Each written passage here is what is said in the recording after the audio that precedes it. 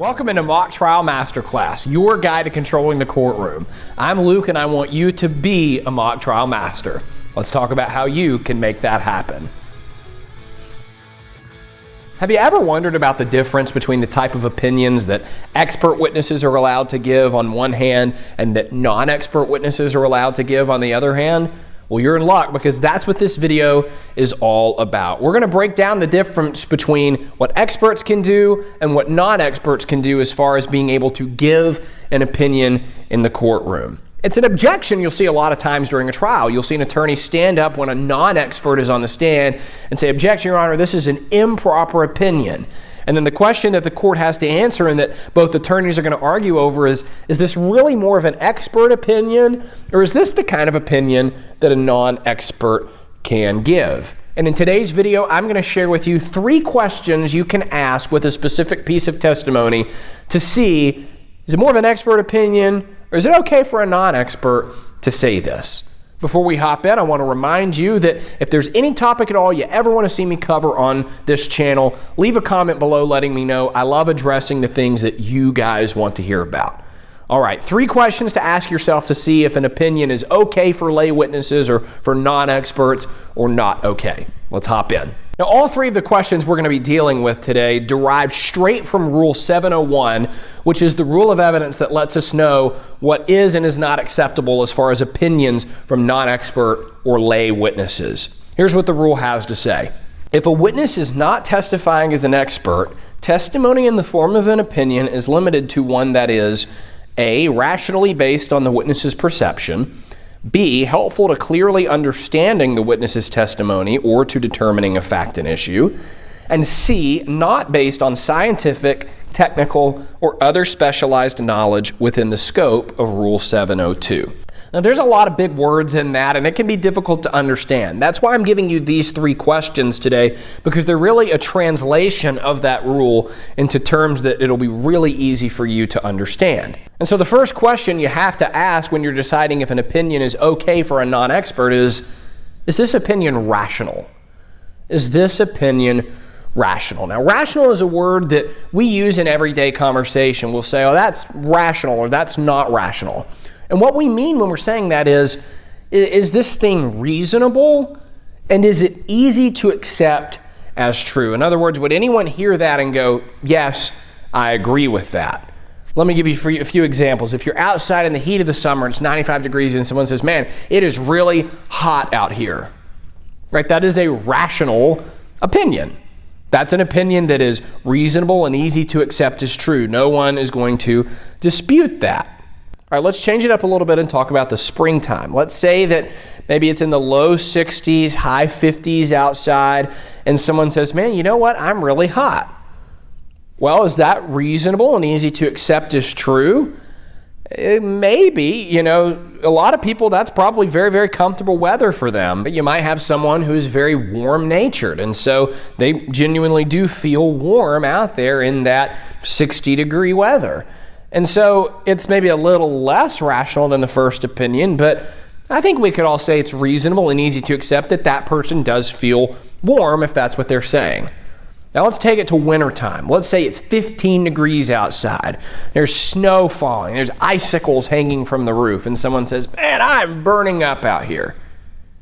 Now we have a problem when it comes to rational, right? The opinion is no longer reasonable and no longer easy to accept as true. And that's the first hurdle that non-expert opinions have to cross. Is it a reasonable opinion? Is it easy to accept as true? The key word there coming from Rule 701, is it rational? Question number 2 you got to ask is this opinion a perception?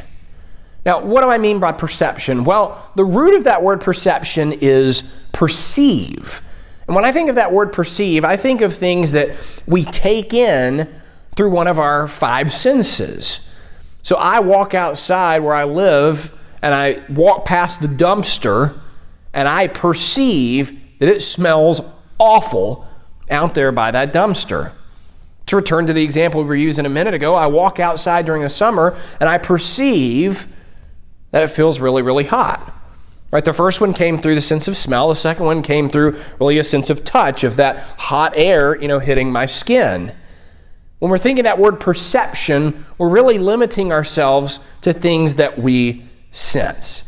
Right? I go outside, I say, man, the sky is blue. That is a perception. It's something I'm taking in, I'm perceiving through one of my 5 senses. That's the type of opinion we're dealing with non-expert witnesses. Right? We talked about on the first hand, it has to be a rational opinion. It has to be one that is reasonable and pretty easy to accept as true. And then on the second hand, it has to be a perception.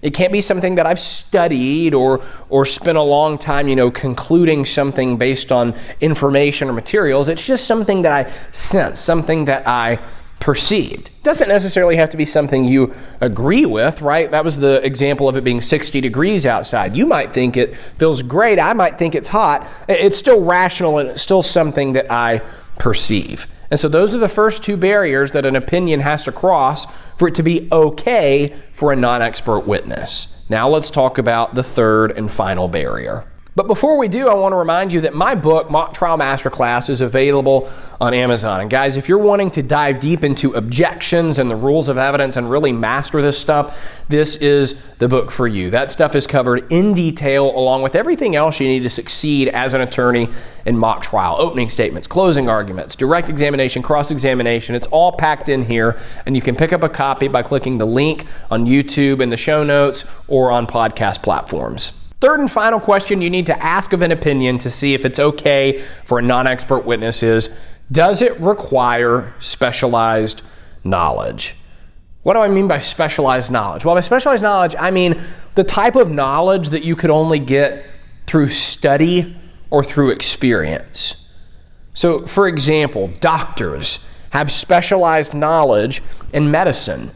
They've studied it for years. They spent nearly a decade in school learning about the science of the body and biology and the way everything works together. And they probably have experience too, experience practicing medicine, working with patients, diagnosing, writing drug prescriptions, right? Doctors have that specialized knowledge. And so an opinion that's going to require specialized knowledge, a medical opinion, is going to fail that test, because it's going to require specialized knowledge. But you don't even have to be a doctor or an expert scientist for specialized knowledge to apply to what you're doing. Think of an auto mechanic, right? There's a lot more auto mechanics than there are doctors out there. It doesn't take as much schooling. In some cases, it doesn't take schooling at all. But it's very specialized knowledge, because I can promise you that the automotive shop up the road from where I am right now, they know a whole lot more about cars than I do. They can perform a lot more repairs on cars than I could ever hope to possibly repair, because they have specialized knowledge. They've studied how cars work. They've studied the various parts and how they interact with each other and what it takes to fix them. And they have experience on top of that. They've done these jobs before. They know how to get them done quickly, efficiently, and well. And so that's the third question you've got to ask with these opinions, because if you're asking a witness for an opinion that really requires that study or that experience for the question to be answered well, it's not an opinion that non-experts are going to be able to give. Because if it requires that specialized knowledge, you need an expert witness. So let's recap all 3 questions all together. Question number 1, is the opinion rational? Is it reasonable? Is it easy to accept as true? Question number 2, is it based on perception? Is it something I perceived with one of my 5 senses, or is it something I had to really kind of study and figure out on my own? And then the third question is, does it require specialized knowledge? Do I need some kind of study or some kind of experience to be able to really fully accurately answer this question? Or is it something that just about anyone is going to be able to answer? If you're dealing with an opinion that is rational, is based on a perception, and doesn't require specialized knowledge, then you've got an opinion that a non-expert witness is allowed to give. Otherwise, you're going to need an expert witness. If you need an expert witness, that doesn't mean you're done. It doesn't mean you can't use the opinion. You just might need to set your witness up as an expert. And if you want to know how to do that, I made a video breaking that down. And to watch that video, you can click the link in the description below. But that's it for this one. Hope this was helpful in your upcoming objection arguments. Can't wait to hear how it goes.